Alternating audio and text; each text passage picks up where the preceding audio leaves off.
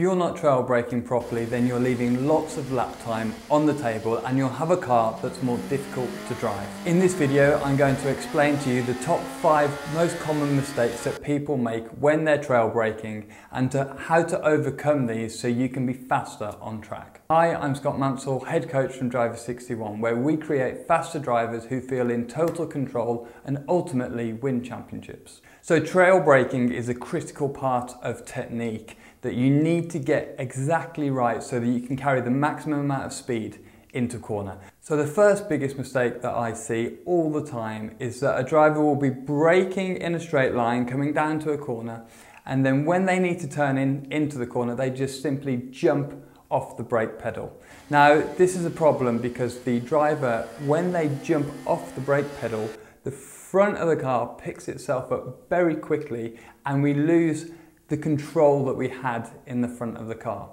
And when this happens, not only do we lose grip very quickly in terms of we're shifting the balance from being fairly balanced on the brakes and then bang, we allow the front to rise up so the grip disappears from the front, but it happens over a very short period of track. And when that's the case, it means that the driver doesn't have a solid feeling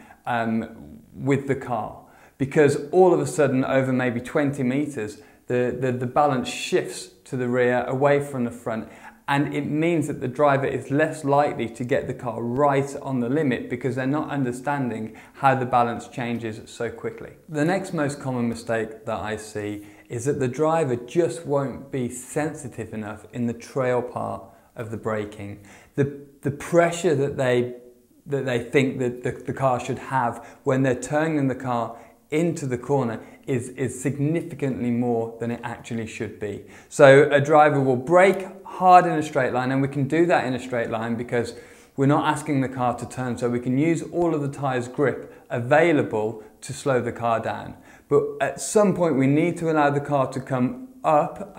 ease up off the brakes, which is the trail part of the braking, as we turn the car into the corner. And it's at this point, as we're entering, especially in a corner that has a long entry, think something like Brooklands at Silverstone,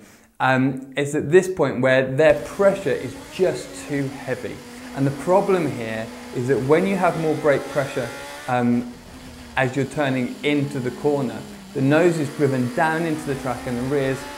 up and light and a bit lively. So you get this feedback about the rear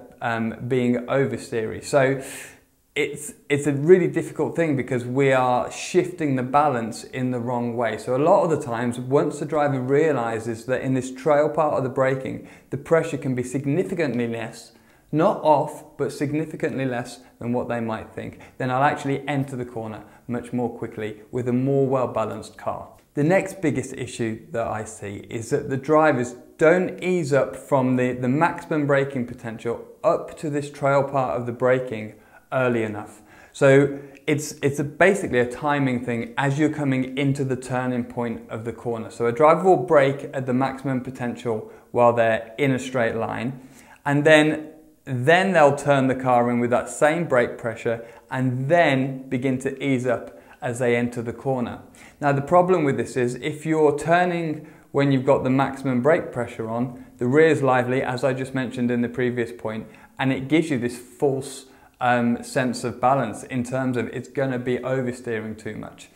By the time that they then come up off the brakes, they've already turned in and it's too late to redistribute the balance. So what they actually need to do is ease up off the brakes a little bit earlier and then turn the car into the corner. So they ease up, allow the balance to shift back to more neutral, and then turn the car into the corner. This generates more grip and allows them to enter the apex much more quickly. Once the driver's begun to get the car in towards the apex properly and they're trail braking initially at the beginning